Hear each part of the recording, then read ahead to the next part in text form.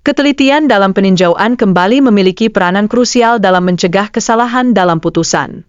Tidak hanya itu, ketelitian ini juga mencerminkan komitmen yang mendalam terhadap keadilan bagi setiap terpidana, menegaskan pentingnya perhatian terhadap rincian setiap kasus hukum.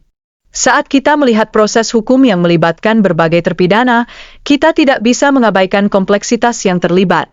Disinilah perlunya pemahaman yang mendalam dari para hakim tentang setiap nuansa dan detail dalam setiap kasus, agar keputusan yang diambil dapat mencerminkan keadilan yang sejati. Alasan-alasan yang mendasari pengajuan peninjauan kembali biasanya mencakup adanya keadaan baru ataupun kesalahan yang dilakukan oleh hakim. Memahami alasan-alasan ini sangatlah penting dalam proses evaluasi keputusan hukum, karena dapat mempengaruhi hasil akhir dari sebuah putusan. Ketika putusan PK diambil, itu adalah hasil dari musyawarah yang matang dan pembacaan keputusan oleh Mahkamah Agung.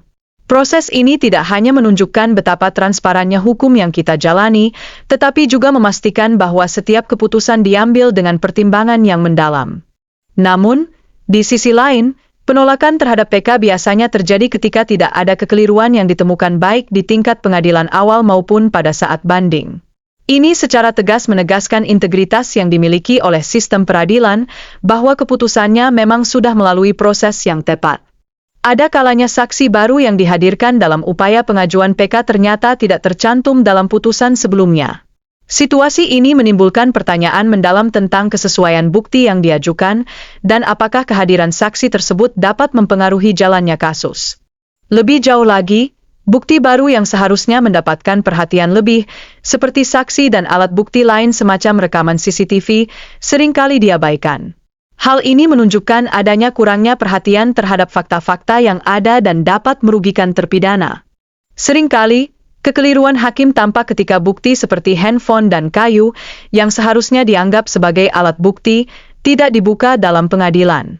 Keputusan-keputusan semacam ini memunculkan keraguan yang signifikan terhadap hasil keputusan hakim.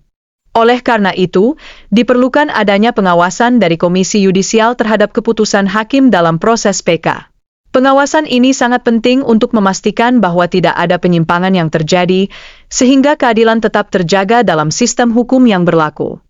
Dalam konteks ini, Pasal 263 ayat 1 memberikan kesempatan bagi terpidana untuk mengajukan PK lebih dari satu kali jika terdapat alasan yang kuat. Ini adalah langkah yang mendukung keadilan dalam proses hukum, memberikan ruang bagi terpidana untuk memperjuangkan haknya. Contoh nyata dari saksi yang tidak dipertimbangkan oleh hakim menunjukkan potensi besar akan terjadinya kekeliruan. Saksi ini tidak hanya dapat mempengaruhi hasil keputusan, tetapi juga harus menjadi perhatian serius bagi setiap hakim dalam proses pertimbangan. Terakhir, meskipun batasan kadaluarsa dapat menghalangi pengajuan PK, jika alasan yang diajukan berkaitan dengan kekeliruan hakim, proses masih bisa dilakukan.